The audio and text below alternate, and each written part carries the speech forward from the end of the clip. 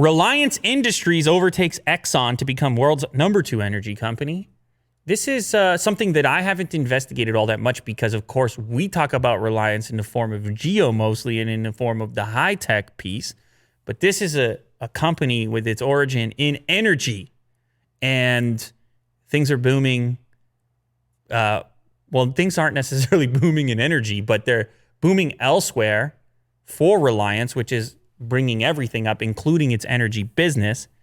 When we say number 2 energy company, you are talking about market value, which is up to $189 billion, and ExxonMobil, on the other hand, is on the way down. The biggest player in the energy space, of course, Saudi Aramco, market capitalization, well, 1.76 trillion. Get it together. Get it together when you put the T. Bezos can't buy that. You got B's, you got T's. Yeah. All right, you got the B's and the T's. Yeah. And you better know the difference. That's no joke right there. But that said, the energy business ain't what it used to be. And the big piece here, the interesting part, is Reliance's progression away from energy and investing into all these other areas. We're talking about obviously geo, we're talking about fiber, we're talking about communications, we're talking about shopping with the Amazon investment and attracting all this money from the big tech players.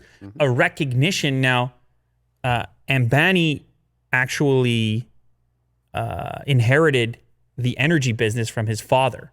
Oh. So he had this thing already, and then it's mostly, I guess, been his agenda, his advisors, whoever else, to move into these other segments, to diversify and look to growth elsewhere when maybe the energy thing cools off. The way the world is right now, people, well, right? If the planet is vibrating less, remember that previous story? Because people aren't moving around as much. Yeah. Look at air travel. I mean, it's really all over the place. The reasons why consumption of traditional energy is down. Well, you diversify, you get into the tech, and you create. You become more robust, don't you? And tech is scalable for the most part. Yeah, it's that new thing. And actually, to be fair, even some of those Saudi companies and investors diversified and look to make investments in tech companies and things like this, things of this nature. You don't want to have all your eggs in one basket, Will. No. What a saying, by the way. As if people are splitting their eggs on the way home from the store.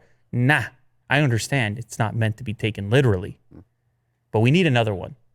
Not just the eggs in the basket. Okay. Because my eggs are normally in one basket. Although they're being delivered lately because of tech.